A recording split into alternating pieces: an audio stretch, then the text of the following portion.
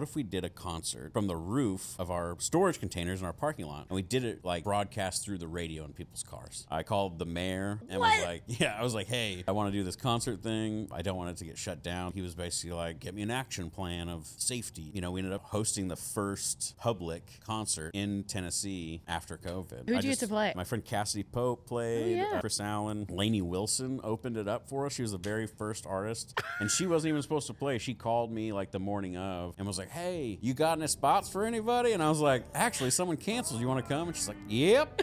And so she like came and opened the whole thing up. It's wild to look back and like see the names on those.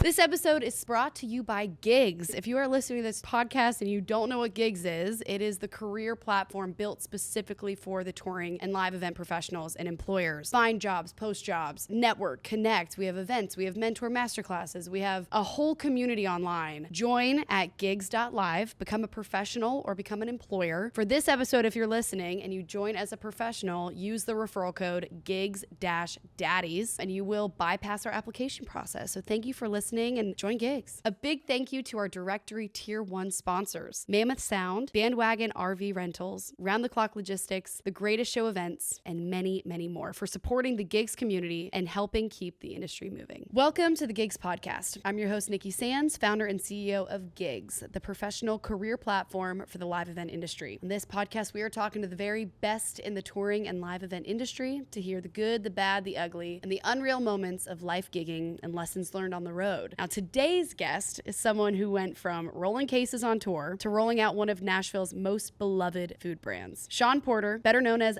Big Daddy, spent years touring with acts like Cage the Elephant, Elle King, Lifehouse, and American Idol. After one too many late nights and nothing else but gas station snacks and cold pizza, he had a simple idea: start serving up real food to the late night crowd. That idea turned into Daddy's Dogs, a now iconic Nashville brand with carts, shops, stadium booths, and a huge local following. Named Best Hot Dog and Best Late Night Eats year after year, Daddy's Dogs has become a cultural staple in Music City. With bars and new concepts on the horizon, Sean is building a business with soul, scale, and serious flavor. So Sean, welcome to the Gigs Podcast. Thank you so much, Nikki. I appreciate you having me. So happy to know you. It's like I moved here to Nashville 7 years ago, and I think I had a Daddy's Dog like the day I moved here. I was out on Demumbrian and it's, if you live in Nashville, you know Daddy's Dogs. If you're in the surrounding areas. So I want to just start with, you were on tour, you're on the road for 12 years. Yeah. How, what's the real story of how this turned into a hot dog empire? Totally, yeah. So in 2014, I got into a scooter accident when I was home, broke my leg, and wasn't able to work for, about 6 to 8 months, and was kind of down, just depressed, trying to surviving on nothing because I wasn't bringing in any money. Yeah. And a friend of mine was trying to lift my spirits and just kind of brought the idea to me. I was like, you should get into hot dogs. And I laughed and was like, Daddy's Dogs had a pretty good ring to it, and wait, were you known as Daddy before? I was known as Big Daddy already. Dude. Yeah. Okay. And so, recovering and doing all my physical therapy, you're sitting there with your leg and up icing, and I just Google hot dogs, and then it just kind of kept going, and I'd talk to people about it, and they'd kind of laugh at me, like, oh, whatever. And I came to Nashville. We were getting ready to go out with Elle. We were doing rehearsals here. And came to Nashville, went out one night on Broadway. There was, no hot dog carts. And I was like, I feel like I could do this. I feel like what's in my head would, work here. Yeah. And called a buddy of mine, also in the music business. He was playing with some acts at the time. We went to high school together. And was like, you want to try this? We can run out of my garage and see what happens. And he was like, sure. So we did it, and about a year in, I kind of had that epiphany of I wonder what I could do with this if I just shifted my focus and did this. I've been making people a lot of money for a long time, and now it's if I throw fuel on my fire, what can I do? So how long were you doing it part-time? About a year. Wow. Back and forth, yeah.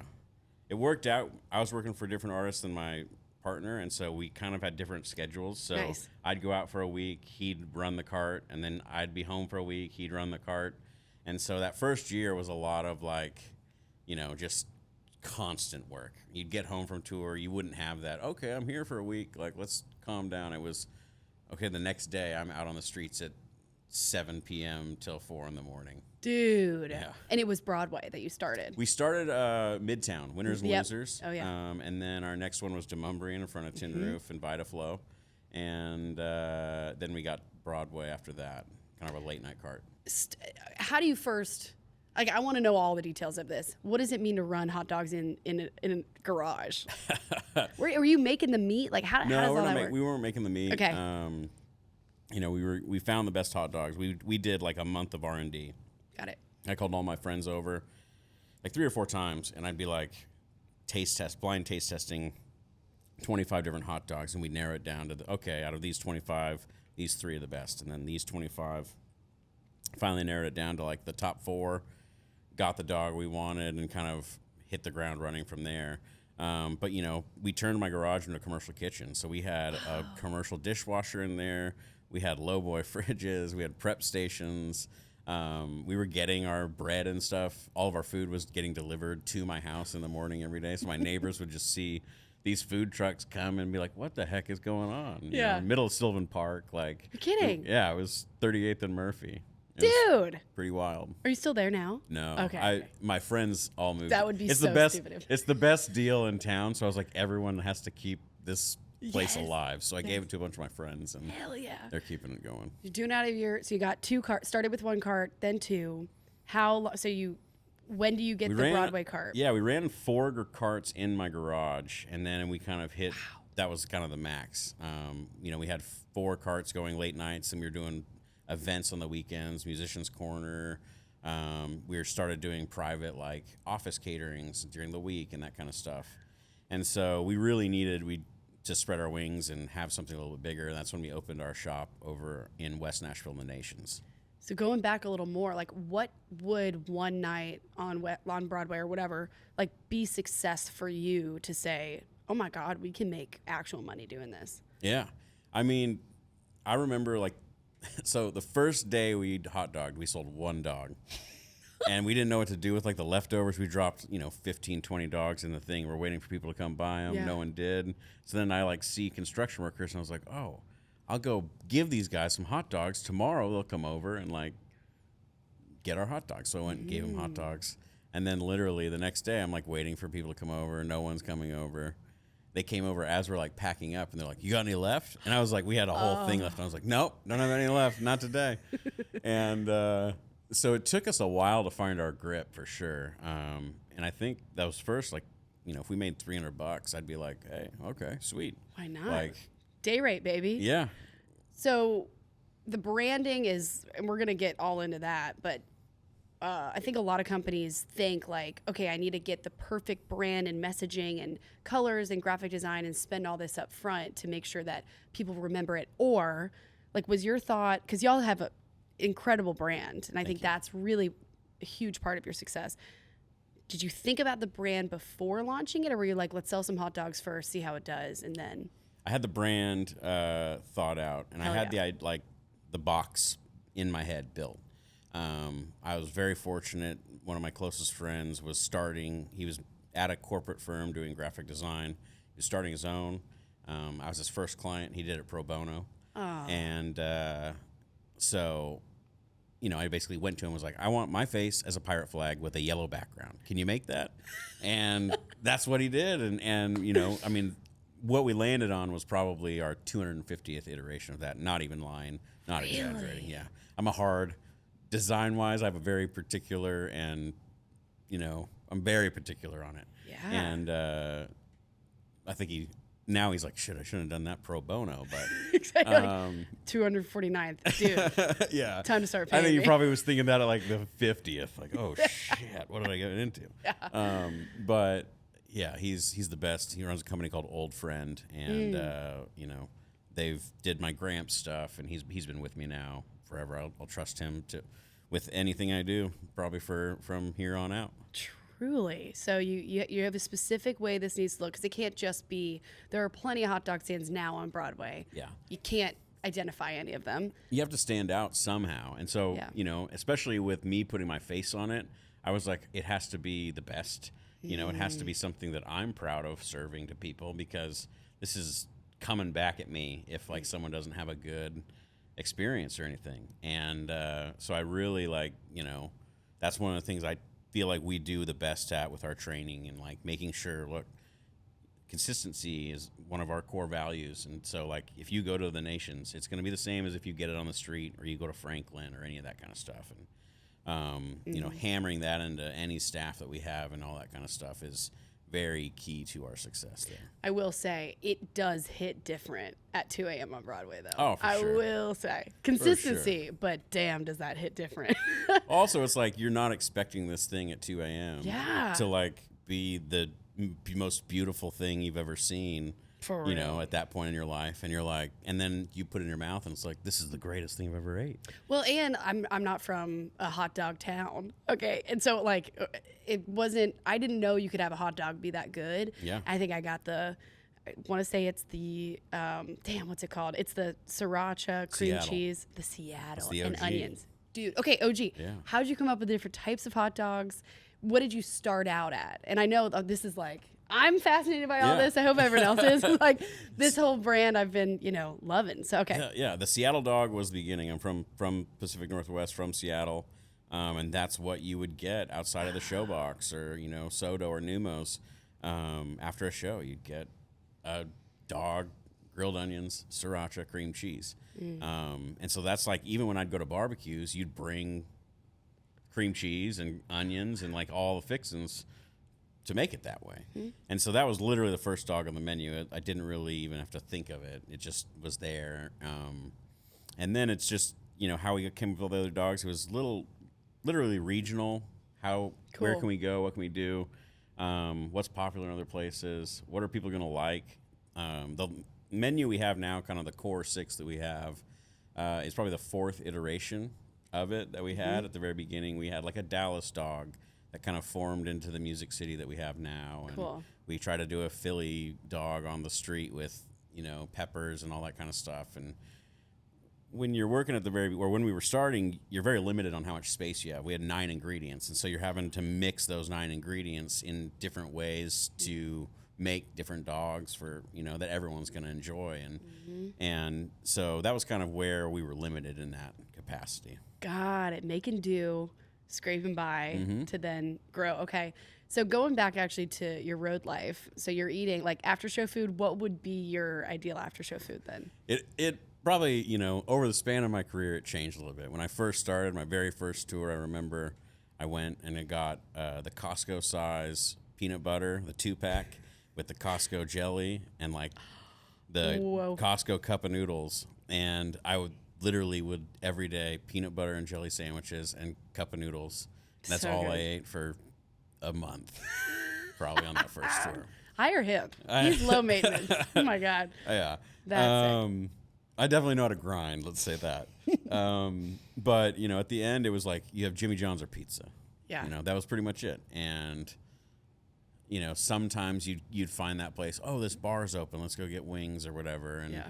you know, there wasn't anything that was like consistently new and nice that was just a different offering that like was out of the norm. And True. so that was one of the things that I knew I could focus on, at least in Nashville. I was like, well, I know there's no late night food here. Like at that time, really the only other late night food place was, it's Mr. J's now, Hermitage Cafe. Oh yeah. It was like that was the only place to go get late night food, and you have to go there and, you know, whatever. So I like made it a point. I'd hit up all my friends coming through in town, like, let me do after show for you. Oh no. And they'd be stoked because it's like, it's not pizza. It's not pizza. Let's go, you know? And so I think that helped us kind of get a good footing in the door, at least in this community and stuff. And it helped a little bit of, for, you know, my ego, I guess, to like not show the folks that might not necessarily have believed in me, but like been like, hey, look, I'm doing something. And like, You might not have been super supportive, but I hope you are now. Yeah. Also, take a bite. Yeah. Tell me now. Yeah. How is it? That's really cool. So your friends all kind of stayed on the road. Did anyone else hop out? So your partner, how did you meet your partner? We went to high school together. Oh my gosh. Yeah. I've known him now for almost 20 years, over 20 years. Shoot. We're getting old. And he moved down here to play. He's like a prodigy musician, can play every instrument. He was bopping around with a bunch of different people. I had brought him out with Chris Allen when I was playing with him. He got in a car accident. Wow. 2 days later, we were leaving for tour, and he broke his arm, couldn't play, and he was basically like, I need you to make the tour happen. And so I called Andrew and was like, can you learn 25 songs in 2 days and be in New York for me on like Wednesday? And he's like, I think I can do it. Holy and shit. So we kind of reconnected there. And when I moved to town, we had been talking a lot about this. And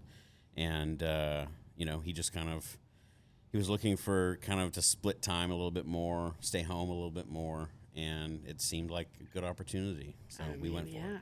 So you're road managing? Yep, I was road managing and guitar teching.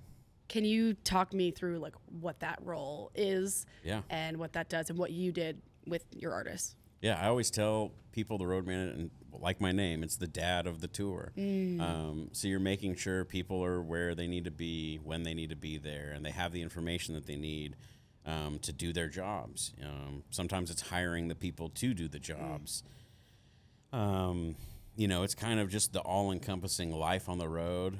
It either sucks or is good if you have a good road manager, for sure. When do you get a road manager that's like not a TM and a PA or a PC? Like what is the distinction? I know it's different for all camps.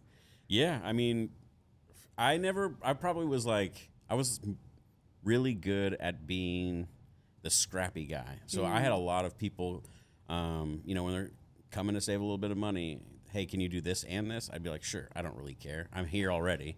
Like, it's going to take 10 extra minutes for me a day to do this job. I'm not going to like nickel and dime people for this. So yeah, I just like, that's kind of been my attitude with anything. Like, I'll help when and where I can. And that evolved into, handling all the accounting and handling all the merch and all this and like doing a lot of things when you're on the road, and that all-encompassing position of kind of, when I was doing it, most of the band, we didn't have a PM, it was just me. And so it was like handling all those aspects and whatnot, really. And treating the crew. Yeah. Creating the culture, maintaining the culture. Mm-hmm. I'm sure you learned a lot of things doing that than you would getting an MBA. Oh, for sure. I always tell people, like, there was, especially on the road, there's a lot of people that are better at the job than I was, 100%. I'll be the first to tell anybody that. There was not very many people more fun to do it with than me. And that got me so many more jobs than being the best at it. And, like, I knew I wasn't ever going to be, like, Taylor's TM. Like, that wasn't my goal or wasn't my thing. Like, that would be an incredible job, I'm sure. I'm sure it's wild. But how I operate, how I work, that wouldn't work there. I'm too easygoing. I'm too loosey-goosey with a lot of things, too kind of buddy-buddy. Have a really hard time firing people, even still. Like, I want everyone I'm fighting for them, even if they're like kicking me in the shins as they're, doing it. So, knowing yourself in those things is a really good marker there too. And, being honest with your faults and with your strengths is something that, you really need in that position for sure. How many people work for Daddy's Dogs right now? Right now, we're probably hovering about 80. Dude. Yeah. What? Talk about the operations of how you get 80 people. So we have, 5 brick and mortars here in Nashville. Then we have out locations at Nissan Stadium, Geodis Park, Marathon Music Works. And then we do about 500 events outside of that, whether it be weddings or office lunches, caterings, that kind of thing. So there's a lot of moving parts to it. And then on top of that, about 3 years ago, we started a festival division that's more driven towards music festivals. We do Hell NASCAR yeah. events, that kind of thing, larger scale stuff. And that's now expanded to outside of just Tennessee. We're going to, I think we've done 20 states maybe Oh now. my gosh. Yeah, so we're moving. We're making some, and that's the Railbird Festival, and we did High Water Festival in South Carolina this year. We've gone out to Vegas for when we were young, past 3 years. Wow.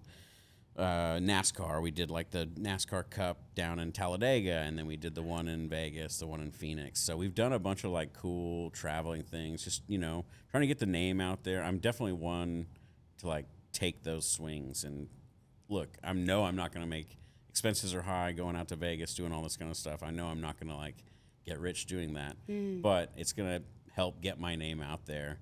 And Nashville's such a destination town that like, if you can get your name out there outside of here, when people do come, they seek you out, and they tell their friends, and it just kind of compounds. And that's really where my mindset goes, more community-driven marketing versus traditional, like, let's put it in a book and hopefully someone sees it.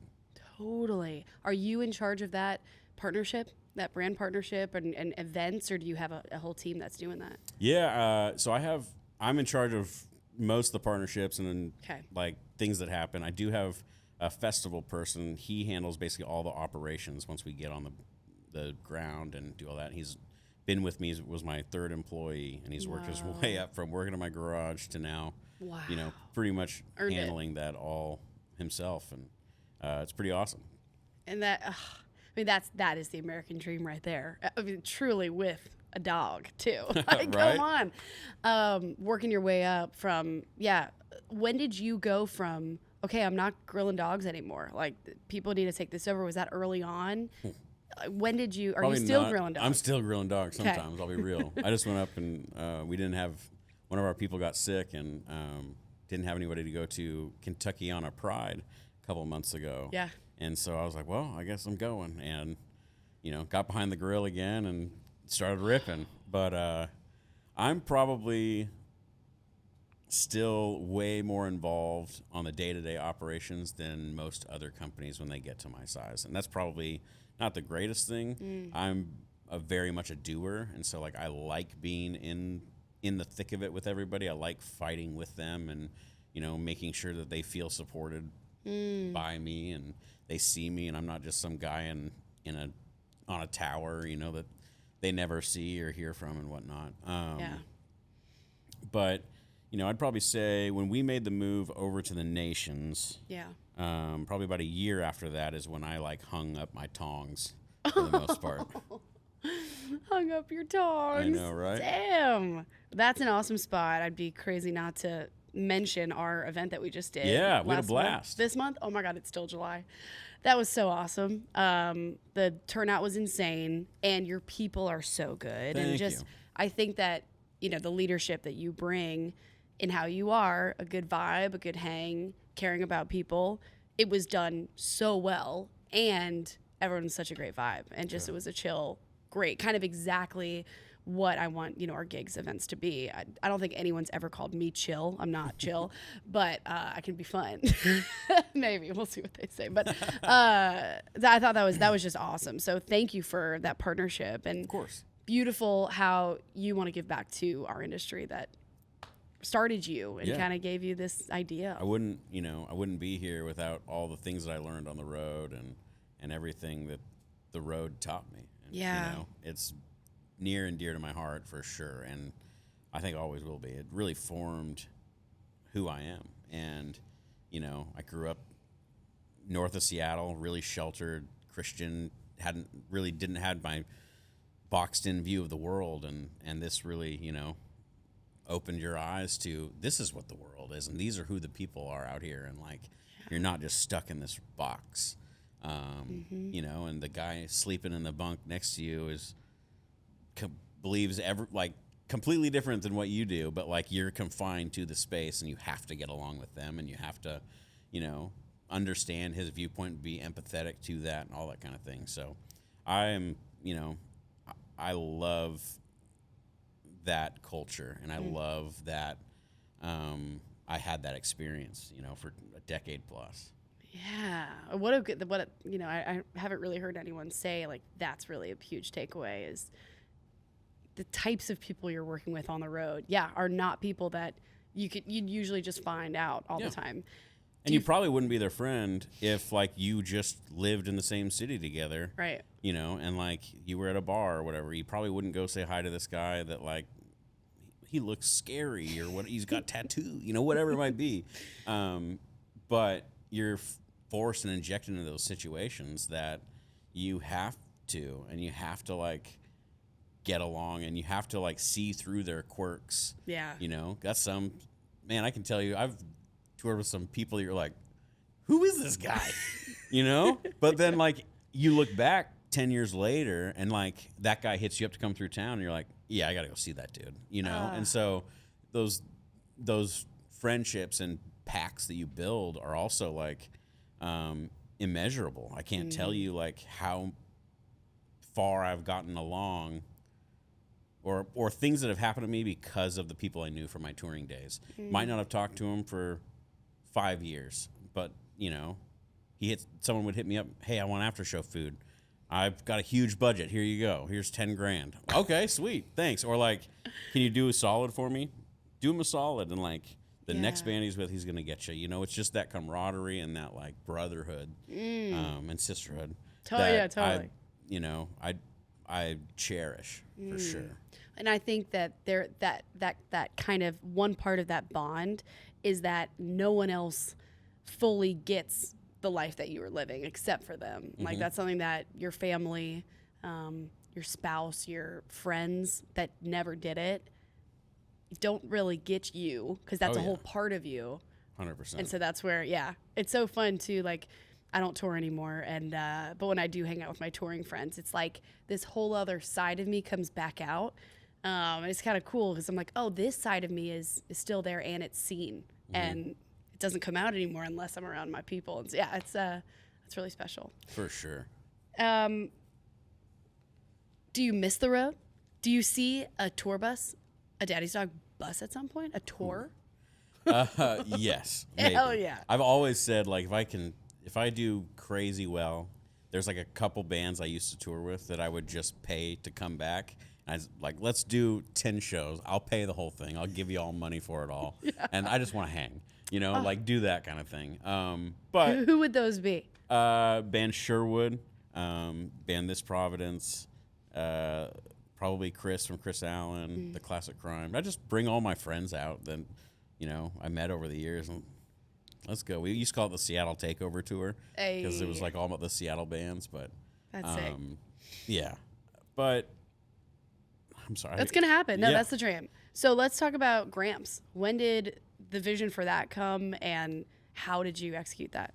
I think every guy's vision at some point in his like, you know, teens to early 20s is let's open a bar. Yeah. And you know, I think it just lodges in the back of everyone's head. And some friends of mine over the pandemic opened a little bar right at the end of it, and it's in Portland. It's called Collector Bar, and it's in a garage and a little wine bar. And I was like talking to him about it on the phone. I was like, "How'd you open this? What was the situation?"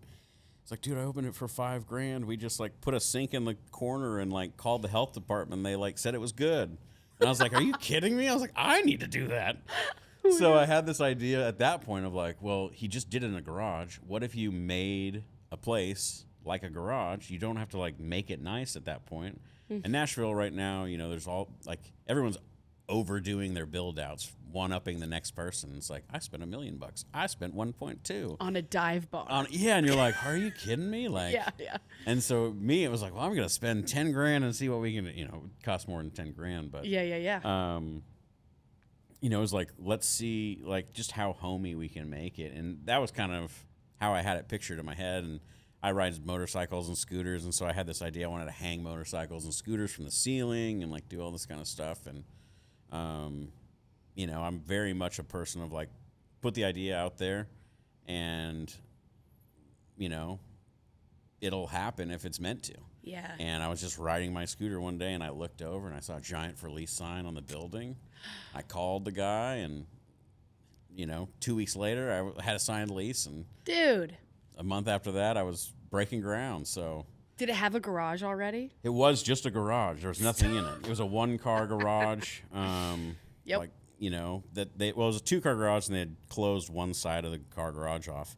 And, it was kind of perfect. Concrete floors, and it had a lift in it, actually, in the middle of the one side that I ended up taking out. But it had like an old 50s car lift in it.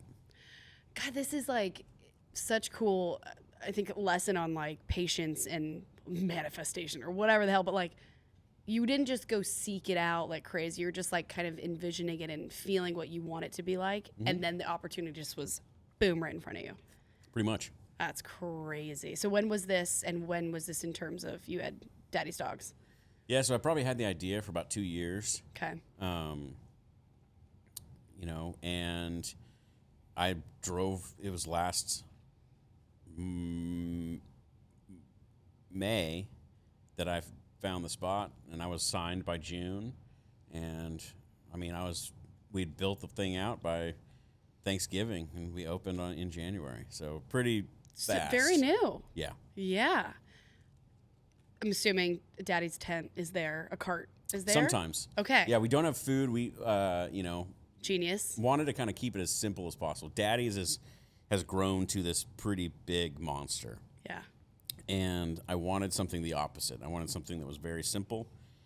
I don't plan on doing more locations. I don't plan on like growing that business very much.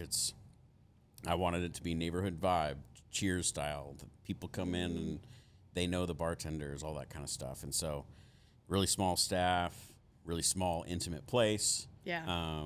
All those things. And, I think I did a pretty good job of mixing the yin and the yang there, because Daddy's, like I said, is its own beast. Yeah. And takes a lot of my time. And I knew I didn't have a ton of like extra time to devote, towards it. I'm trying to give it as much as I can. Yeah. To make sure it's thriving and successful. But You made a place that you wanted to hang out in.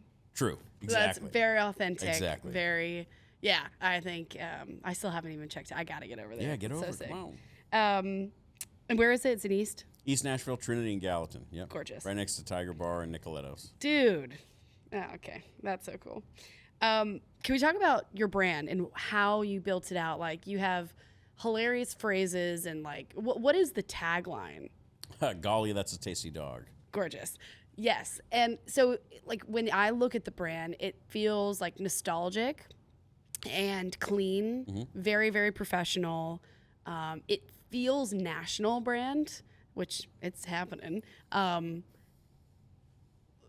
what is like the mission that you started out with this? Yeah.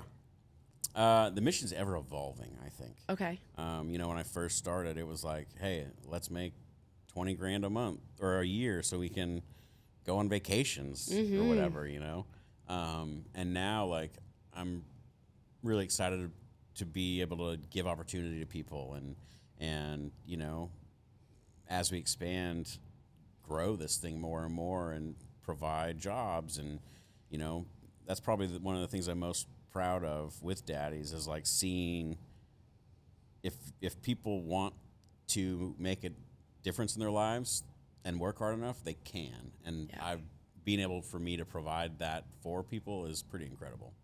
80 people. That's so sick. Thank you. Plus Gramps. Should be so proud. So designing this, you had a great designer. Putting out the mission, it's you in a brand. Very authentic. That's one of my big things. Authenticity, generosity, consistency. Those are kind of my some of my pillars of whatever you want to call them.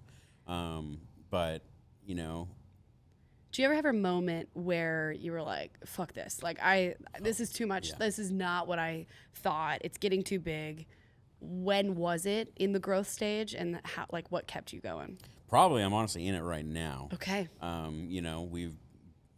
We opened 3 spots last year, or 2.5 basically, and spent a ton of money, and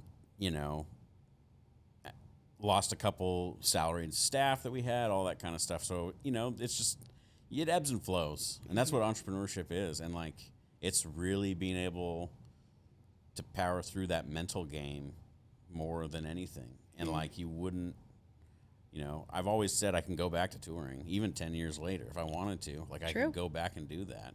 But I'm choosing to stay and, you know, choosing to kind of keep grinding for myself. That's where I have to keep going back to a lot, is like reminding myself that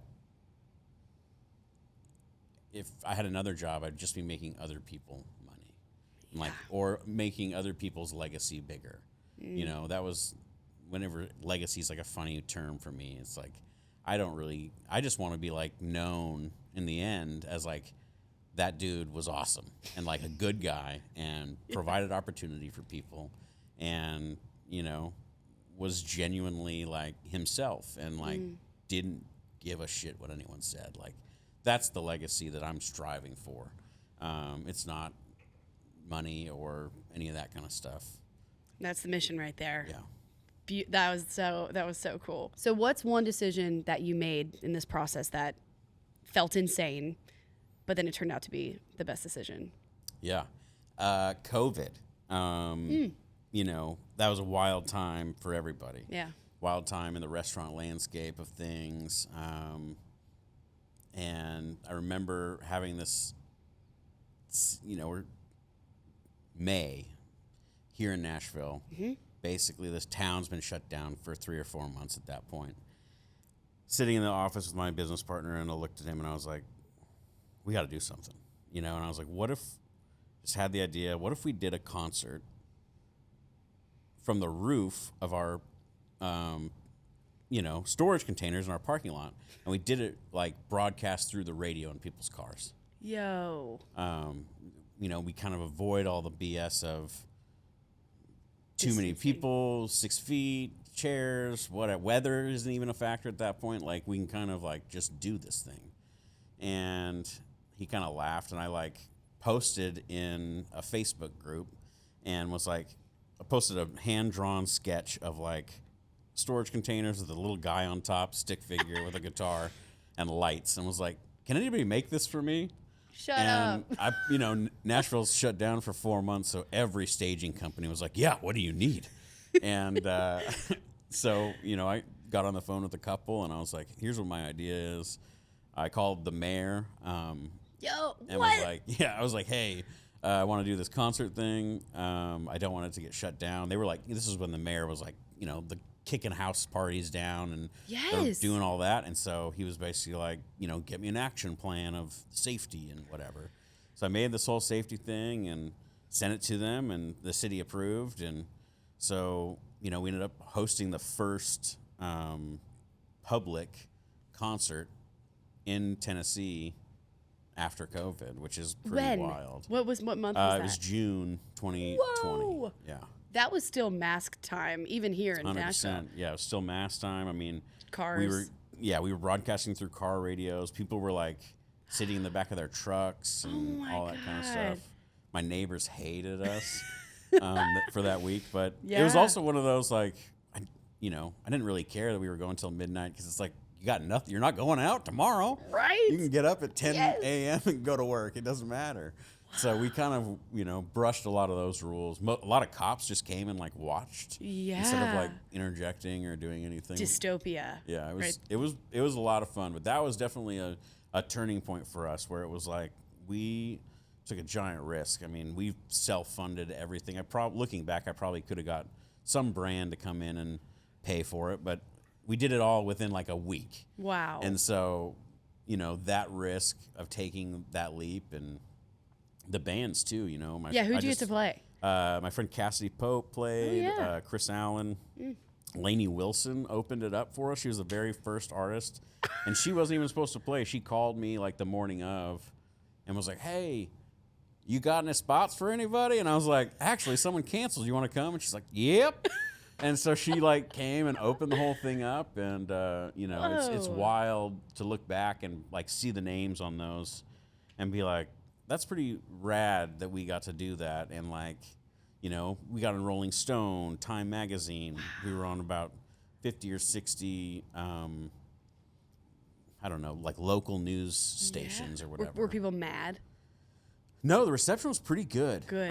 You know, and I think that I think the way we went about it was helpful, going through the right channels and getting permissions from the mayor and the the doctor of COVID at the time, Alex Jahanger. I can't remember what his title was, but yeah, it was wild. How'd you get in the radios? So I think it was on Amazon. I bought this radio broadcaster, and you plug it into the output on that board. Yeah. And it just, you dial it into 90.7 or whatever, and they turn the radios on, and as long as you're within it was a pretty short-sighted one. You know, they make ones for radio stations and stuff that go broadcast like crazy, but this one, if you were in a 500 feet circle, you heard it pretty good. Whoa. So people that went to that, also that saw Lady Wilson cut 4 years later, winning Grammys and all this crazy shit. And I mean, all those artists, that is so memorable, and how beautiful that you knew how to run a damn concert. You knew how to set all that up. Yeah, it was wild. Wow. Have you done it once since? We did the next year. We did a string of shows, and then my insurance basically was like, "You can't keep doing these," and I was never really gave me a good reason, but they basically were like, "If you keep doing these shows, we're going to drop you," and it was going to cost way more money than what we were making on the shows to continue them. Got it. And so that's the reason why we ended up having to stop. Damn. Well, we had some DJs up there for our event, which was great. But damn, insurance. I don't know. I could see in years from now you just start a venue. That is sick. Maybe. We'll see. See about insurance. Okay, what is your ultimate vision for where this thing could grow to? Also ever evolving, I think. I think I go back and forth with, do I want to take this nationally and be the next Nathan's? Right. I think we could. I don't think I'm the person to necessarily drive it there, but I think that the vision side of it and finding another person or peoples with the skills to help drive it there is a possibility. But more and more as the stress weighs on you of this past year and everything. Yeah. I've thought about maybe it makes more sense to be that really regional brand that's tied to a lot of things that are Nashville, or are Tennessee. We've got a great relationship with the Ryman. I'm really proud of that. And I think that's kind of the catalyst partnership that you want in Nashville. And so it's, doing more things like that, or aligning ourselves with those brands that not necessarily need to go national, but can go regional and pop up in Vegas or Gatlinburg, or have these little outposts, but not necessarily have to really go the distance on it. Yeah. So I'm weighing both options and kind of seeing what is going to make sense. It's going to be rolling out a red carpet for exactly what it's supposed to do and be. It's kind of see what ends up happening is really best attitude. Go with the flow a little bit. Okay, I want to get into some rapid fire. Let's go. Your favorite dog? My favorite dog is the Georgia with bacon, which is cream cheese, peaches, jalapenos, and our secret sauce, and then add bacon. Yo. Is that on the menu? Can we do that? You can do that. That is what we call our Nashville SC dog. Oh, and that is sick. available at Geodis Park. Copy that. First artist you ever toured with? They were called Endeavor. I was 16 years old, and it was a 3-week tour. We played 6 shows. For real? Yeah. It was mostly a vacation. That's We sick. snuck into Disneyland. We snuck into Six Flags. We snuck into Knott's Berry Farms. But how do you sneak into Disneyland? We just back then it was security wasn't as crazy, but we had 2 of the guys were really these skinny, lanky, emo kids. And just when the one guy wasn't looking, they slipped in the exit and then went out the exit really quick and got those stamps. Oh my God. And then we butted the stamps up against each other and then just really quickly all walked through and got in. Save hundreds of dollars. Hundreds. Go to Disneyland. Yeah. Unreal. It was great. And you're 16. Were you still in high school? Yeah. Oh my God. Yeah, it was summer vacation. We didn't even really get into this. What the fuck? Okay, so and what was your role with them? I was driver. which is really funny. I did sound in my church growing up, and like the church band had this band Endeavor, and I jokingly said to the drummer one day, he's like, "Oh, we're going on tour." I was like, "Oh, if you need a driver, let me know."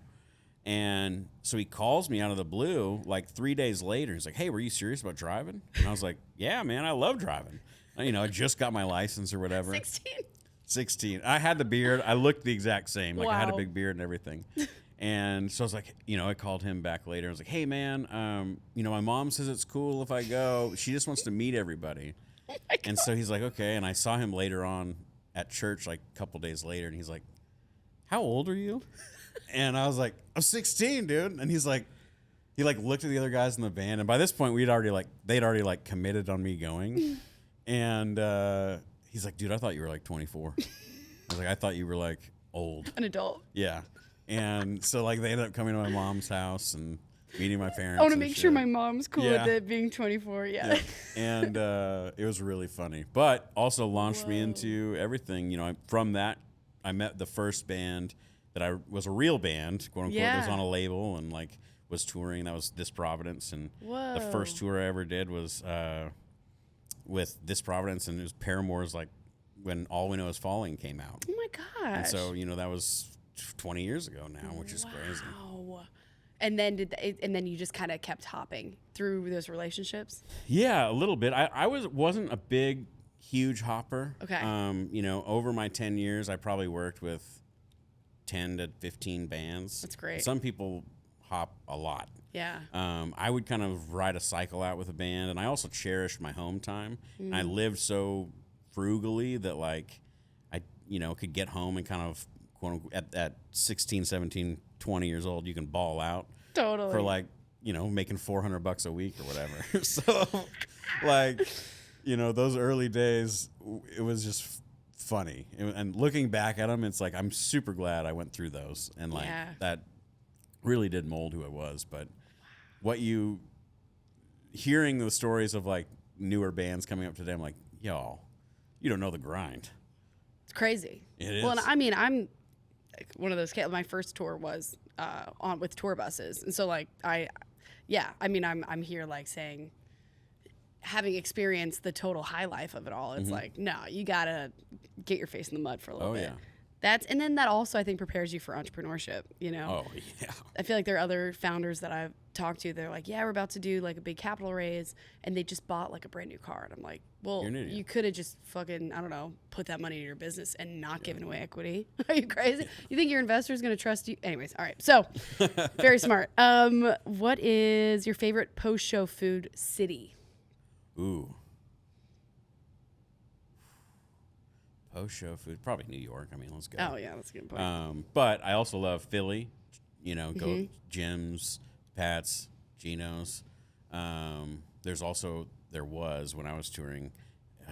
It was a vegan cheesesteak place called Govinda's that was there. I wasn't vegan, but it was better than all the other ones to me. By far, it was incredible. You really wonder they what used that meat mushrooms is. as the meat or whatever. Okay, it was real good. Dude, maybe you could. Do you have a mushroom dog of some kind? We don't have a mushroom dog. Call it a Jovino. There we go. Oh, give me 10% credit. Okay, bestseller on the menu that still surprises you. Ooh. I mean, the Chicago always like surprises me just and how much like hate or love you get for it, because it's just like, that's not a Chicago dog. And you ask 10 different people from Chicago what a Chicago dog is, you get 10 different answers. Wow. And it's really funny. And that I always laugh at that one because it's just the one I feel like you have to have on the menu. Yeah. But like I shake my head every day when someone orders it, of just like, and then says, that's not a real Chicago. Oh my God. Yeah, that's hilarious. Best advice that you've ever been given as a founder or that you could give? Business owner. I mean, there's so much.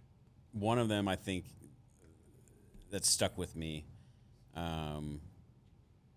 when, making deals or doing business with anybody, like, make it fair for both parties. Don't try to pull one over on anybody. Don't try to, like, get the best deal out of anybody you can. Just make it fair. Be open and honest with people. And, go, like, honor your word in that sense too. Like if you say you're going to do something or whatever, like follow through with that. I can't tell you how many times like I've done a deal with somebody and get promised the world, and then like when push comes to shove, they don't. You've done everything you on your side, and they don't really execute, and that's like such a deflating thing, as well as like a reputation tarnisher. You know, like you don't want to be known as that guy or girl or whatever. And so yeah, I think making things fair is a good one. That's huge. Yeah. That's a great advice. And lastly, I had it. Hold on. It's going to come back. I'm going to end with, how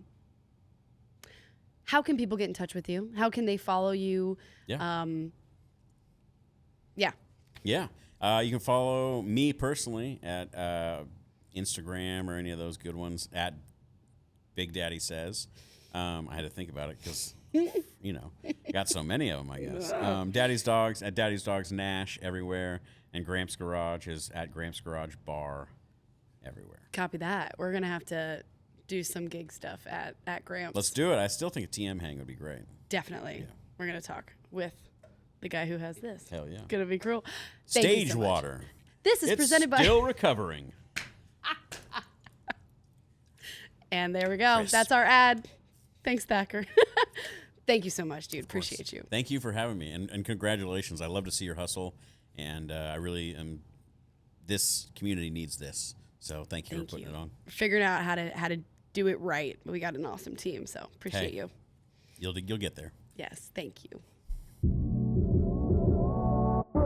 This episode of the Gigs Podcast is brought to you by Stage Water, a mission-driven premium canned water created for artists, the crews, and the fans who live for live music. Stage Water donates 15% of all profits to support the mental, physical, and emotional well-being of the music industry through their partnership with Music Cares, Backline, NEVA, Music Health Alliance, and the Roadie Clinic, all amazing organizations. Go check them out. So whether it's backstage, on stage, or in the crowd, Stage Water brings purpose to hydration, helping to keep the people behind the scenes going strong. To learn more, visit stagewater.com and help keep the music flowing.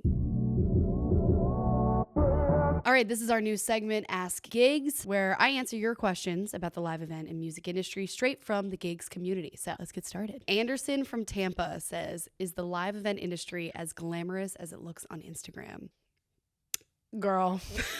Okay, let me put it this way. Touring, you get to do a lot of really cool stuff. You get to see things that most people never get to see. You get to watch a show side stage in some of the most epic venues. You get to go to places that you normally would never have the chance. It's amazing. But is glamorous setting up your office in a stinky, sweaty hockey locker room, or finishing loadout at 1 a.m. and getting to the Denver airport for your 6 a.m. flight and not sleeping? There's a lot of unglamorous things. And the beauty of it is the person who experiences the glamorous side is the artist. And that's kind of what our job is to do that for the artist. And so no, it ain't glamorous. You humble yourself by joining the touring industry. Dylan from Louisiana. What's one part of the job that no one prepares you for? One part for touring is living two lives. No one prepares you for what that's going to feel like. You can prepare your home life for what's about to happen, for you being away, but you're living two completely separate lives. You're out there, you're living, you're sleeping, you're doing your morning and evening routine, you're eating meals and having a full life with this crew. And that's why people say they become family often, because, you know, it's a whole life that you're living out there. And then you come home and your people at home that aren't in the industry, it's really hard, actually impossible for them to truly understand what life is like. And so being that person that comes home and goes away, you have to learn how to live with both lives and how to manage both, because when one's not going super well, the other one could suffer and vice versa. And so learning how to manage that, know that it's a feeling you're never gonna be prepared for. And once you do, it's then learning how to work with it, how to work with your home life, how to work with your people, and then how to have a thriving, beautiful, beautiful life on the road as well. Amira from Atlanta said, what's one skill that will make you irreplaceable in the next 5 years? Oh, I love this question. I'm gonna give you two. One is adaptability to technology, and the other one is emotional intelligence. If you are not going to adapt to these changes in technology and learn them and understand understand that they're here to stay. Once you learn one, it's going to improve and adjust, and you have to keep learning and adapting. If you are not liking change, you're going to become very replaceable. So learn to be okay with change and be excited about learning the new technology, because as soon as you learn one, you're going to have to learn the next one. And then emotional intelligence. If you can learn how to react better, respond better, and identify what you're feeling in the job, in life, and then also identify and help be supportive to other people in their and what they're experiencing, that makes you incredibly irreplaceable. If you are responding and reacting well to other people, it fosters a lot of trust. It makes you a safe person to be around. So first, try to learn that emotional intelligence within yourself, and like, what are you feeling and why did you react that way? And learn yourself, master that, and then it'll help you master supporting other people. If you can be that safe person for someone, you will be incredibly irreplaceable. Jackson from California asked, is burnout in touring getting worse? Totally depends on the person, on the camp, on the crew, what the demands are. But I mean, as costs are going up and they're crazy right now, it's hard for business management and artist management to kind of convey to the crew of, hey, I know you're doing 3 jobs. Thank you. This is all we can afford right now, and that's brutal because you worked your ass off to be able to just do that one job. And so I think we're all kind of adjusting to this economy and people taking on more. Maybe tours are getting longer, shorter, just depends on the gig. But again, if you're not taking care of yourself in between, or you're not taking care of yourself at some point during the day, the recovery from that burnout is going to take a lot longer. You're going to feel a lot more unsatisfied in the job when you're doing it until you actually take that proper recovery. So luckily we have more mental health resources. There's a lot of great organizations out there. But no, I mean, this conversation is way bigger than just me answering this question here. But thank you, Jackson, for asking it. This is going to be a much bigger question that I think we're going to give off to the gigs community and really hear what people have to say.